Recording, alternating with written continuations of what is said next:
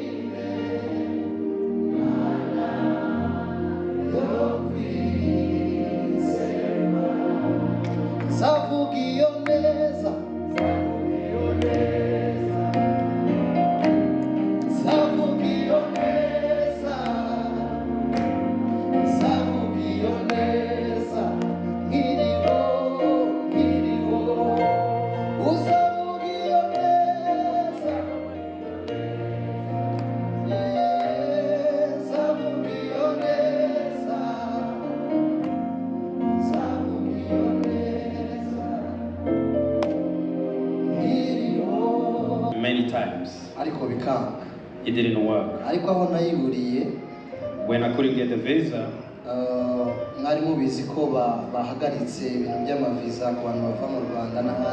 and you all knew that they stopped visas from people from different countries.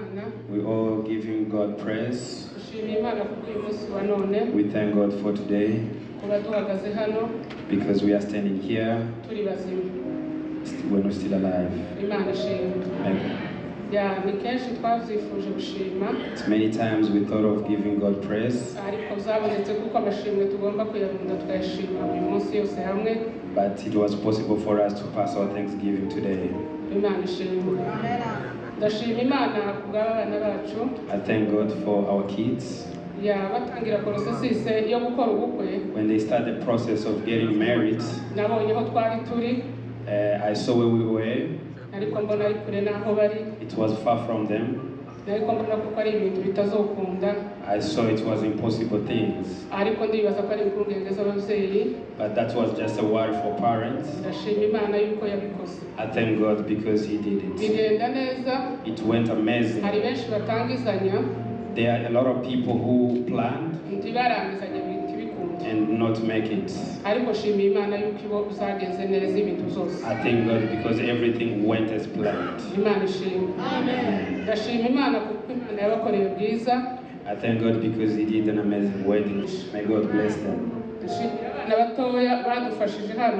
I think for young kids who helped us, Fraka spoke about them.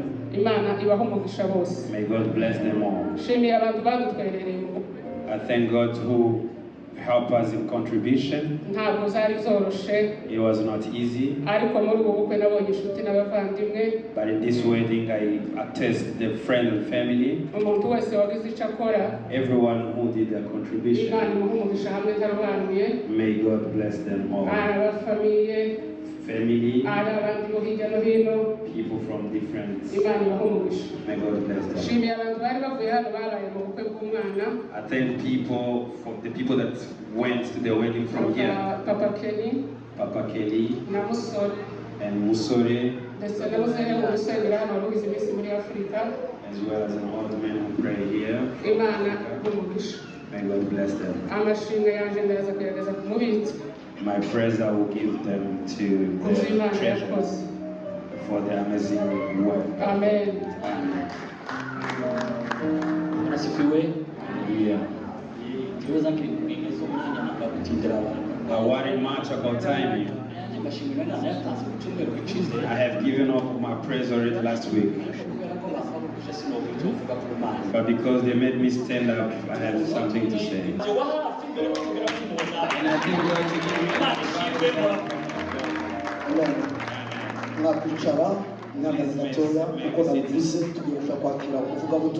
We are about to welcome our preacher today. I need you,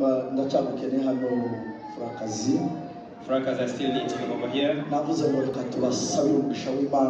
I need to pray for, I need to give you blessings.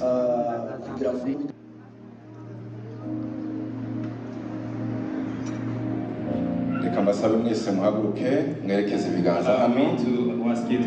Mana yo mu ijuru mu izina ya Yesu Kristo mwami n'umukiza, reka tugushimire muri iki gitondo cy'uyu munsi, igihe wewe wagenye, igihe wateguye umwana w'umuntu atasobanukirwa.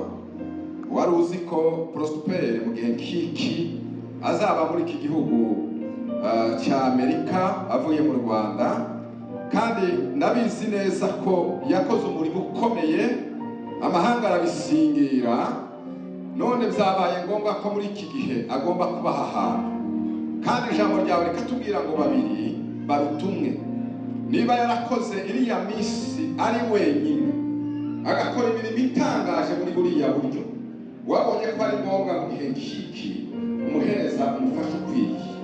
Uzaba byose kandi uzamushikira muri byose.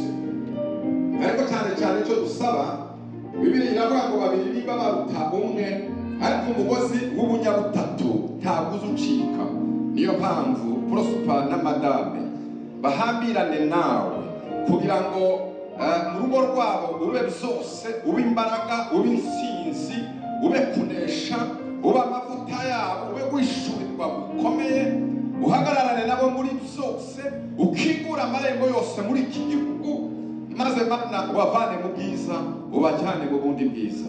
Ikintu cyose cyabarwanya uzakirwanye mu izina rya Yesu. Kibahesha umugisha Mana, cyose gihabwa umugisha. Uzahagararane nabo, ugendane nabo, bazazane bazororoke, igihugu bazagitegeke n'abazabakomokamo bose bazabe arabanyembaraga. Witangire ukaba niherero, waratangiye ni wowe ushoje kandi uzasoza. Icyubahiro gishimwe bikomeze kuri zawe mu izina rya Yesu. Amen.